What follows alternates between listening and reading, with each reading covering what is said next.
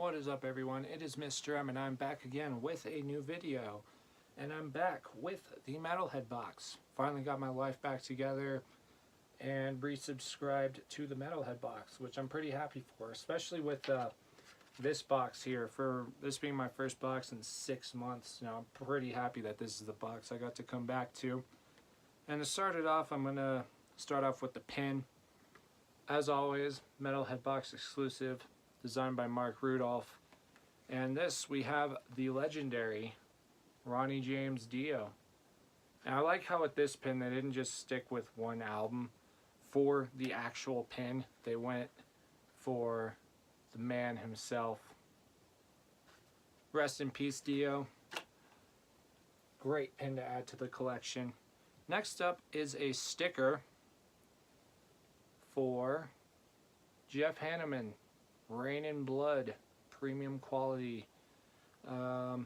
Another legend going to soon. Guitarist for Slayer, obviously, if you don't know. Designed with the Heineken logo.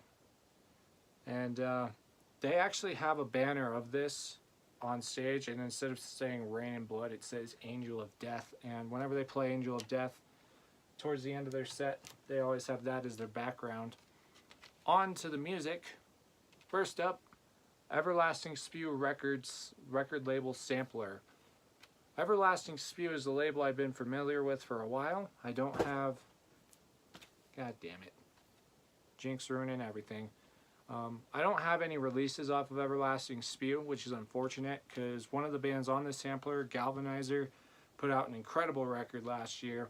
And then there's Engulf, Hellish God, Assumption, Quantum Hierarchy.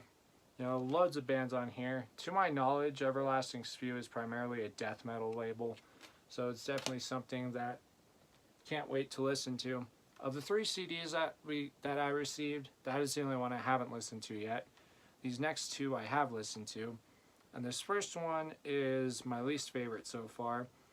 Hail Hornet with Disperse the Curse. This was put out on Relapse Records in 2011. Hail Hornet features members of Buzz Oven and Alabama Thunder Pussy, a couple others as well. This is a primarily a thrash metal band. They do have some death metal influences as well. And vocally, the guy sounds like he would fit in perfectly with a black metal band. I don't know who their vocalist is offhand. But as for thrash metal, this isn't bad by any means, but compared to other thrash metal bands I could listen to, this one's definitely not going to be getting a whole lot of repeat listens. But like I said, it's not bad. And then this other one is Kansu with Anomalia, I believe is how it's pronounced. Put out on Season of Mist in 2012. Kansu is from Norway. They blend electronic music and I want to say death metal, but it's not entirely death metal. Like, there's some almost metalcore or deathcore like influences, and given that this came out in 2012, that was what was popping. That's probably a terrible way to say that. That's what was that's what a lot of newer bands were trying to sound like. They were having the metalcore, just generic chugging stuff with the electronic elements thrown in there. This is definitely way above that stuff though. It's kind of like, over the last couple days I was introduced to the band Cybreed, and it kind of sounds like that but a lot less industrial. What the fuck are you doing? Some Fear Factory, and then I guess generic, a way to say it is a less industrial Rammstein. But I think that one's actually pretty good. It's my favorite of the 2 that I've listened to so far. And next up we got a book. This is Cult Never Dies. I believe the same people that did this did one of the black metal books that Decibel Magazine ended up putting out. But awesome write-ups on some bands and some albums. I haven't read through it entirely yet, but I believe this is most of the bands that appear in here. And it's put together pretty well. It's not like a zine where it's just stapled shut. It's like it's bound pretty well. So can't wait to dive into that one. And last up, last two things, the shirt, which I hadn't even taken out of the bag yet.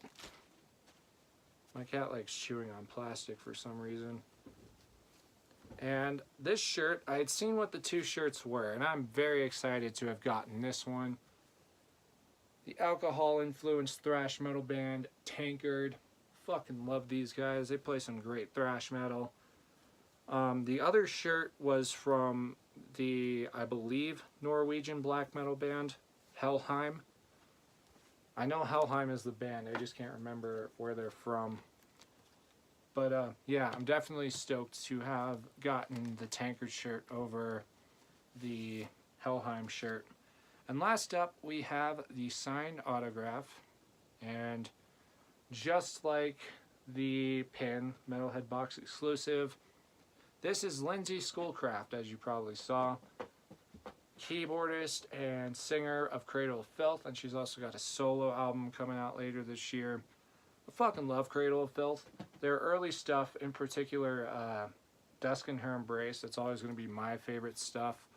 But their last couple of albums haven't been bad either. I've really been enjoying them, and I actually got to see them last year, I think, when they toured North America. Not going to be able to get to see them this time around because they're not coming anywhere near me. But yeah, definitely happy to have another amazing autograph in the collection.